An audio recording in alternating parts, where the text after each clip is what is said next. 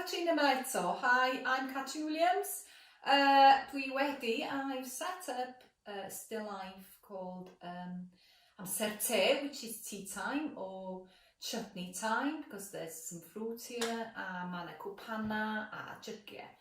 As well, when I set up a still life to draw from, I always like to have a pattern underneath the image, because mae'n bwysig. It does help you to have kind of squares or patterns, nice kind of tablecloth. Okay, be dwi'n neud ydi sketchbook eto. I've showed you how to do the sketchbook, so I'm just going to go straight in. Be dwi'n neud ydi dechrau breslinio. Dwi'n di edrych ar Joe Glory Davies yn yma. And I start maybe with a pencil again and start just by concentrating on the shapes and looking at the way the shapes come together and start building. Okay, felly dwi'n edrych ar y siapiau a wedyn dwi'n rhoi nhw lawr ar y llyfr breslinio. Yn canolbwyntio ar y siapiau positive, so I'm looking at the positive shapes. I'm starting to look at the jug there. Be sy'n digwydd, mae gennych chi'r cwpanau a'r tebots tu fewn hefyd. And then I'm bringing other things into the drawing. Felly dwi'n cyflwyno'r cwpan i fewn, y cwpan te. A dechrau creu y siap y cwpan te i fewn. I gyd fynd efo'r jygiau. A wedyn wrth gwrs dwi'n rhoi rhywbeth arall i fewn. A dwi'n mae'r saucer yn dod i fewn. So you're kind of looking at the different shapes. A just yn sketching nhw, really. So you're drawing and looking and bringing it in. You can then, if you want, start bringing other materials in. You can start with a felt tip to bring it in.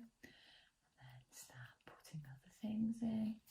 Dal ymlaen, neu llwch chi fynd yn ôl i'r pensal. Dechrau roed y shading i fewn. Lle mae'r golen dwllach a rhywbeth o fewn. If you're not happy, you can rub it out. And start again. Okay, felly da chi'n bildio ar hynna. A beth sy'n neis hefyd ydy weithiau da chi'n gweld y golau. So you look at the light where it's falling and you can start shading in there as well. So you're looking at the negative shapes as well as the positive. Fatha'r cwpan, ar handlen, you're looking at other things, what's happening behind the cup as well. Okay, wel wrth gwrs dwi wedi bod yn brysur a mae gen I enghreifftiau eraill o'r gwaith. Dyma un enghraifft o rhywbeth eitha tebyg. Y jog eto yr cwpan de.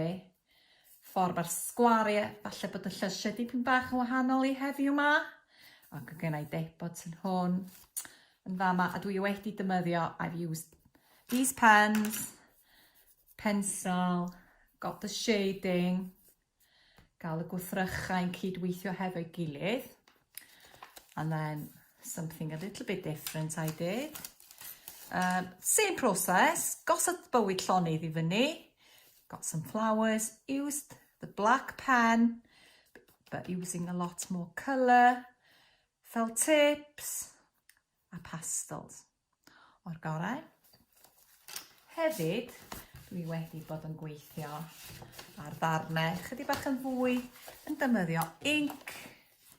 Fel hyn eto, felly da chi'n defnyddio inks o liw a brwsh ac yn gweithio fewn i'r gwaith. Yn cyflwyno lliw. Dwi'n rhaid i chi ddefnyddio'r lliwiau sydd yna'n barod, allwch chi gyflwyno'ch lliwiau eich hunain. Ac yn y darn yma, dwi wedi gweithio dipyn arno fo. Dwi'n aml iawn wedyn yn hoff iawn. Os ys gynnach chi pink, if you've got pink in the drawing, or you can go back and start drawing again if you've lost the actual contact of the shapes and start drawing with pastels.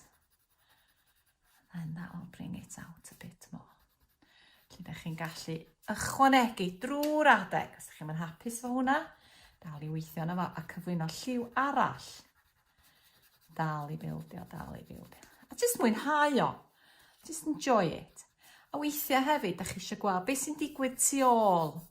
Wel, mae genna ni'r melyn. Y defnydd yn dod yn ymyl y gwpan, so ydych chi'n gallu rhoi melyn i fewn. A wedyn yn fama, mae hwnna gyd yn ole, felly llwch chi roed gwyn i fewn. A newid hwnna i gyd. So you're working on it, just changing it all the time. A just chwarae, just need to play a bit. A wedyn falle cyflwyno gwyn i fewn hefyd i'r jwg. A mae hwnna newid o eto, rhoi mwy o fwrlwm i'r gwaith. Mae gennau enghraifft o oil painting dwi wedi gwneud hefyd. Yr un broses. Ydych chi'n gweld y jwg, cwpan, y tebod, y ffrwythau. A be ydych chi'n neud? Ydych chi'n cael canfas, ydych chi yn defnyddio'ch drawing o gennych chi'n barod, neu y sketches yn y sketchbook.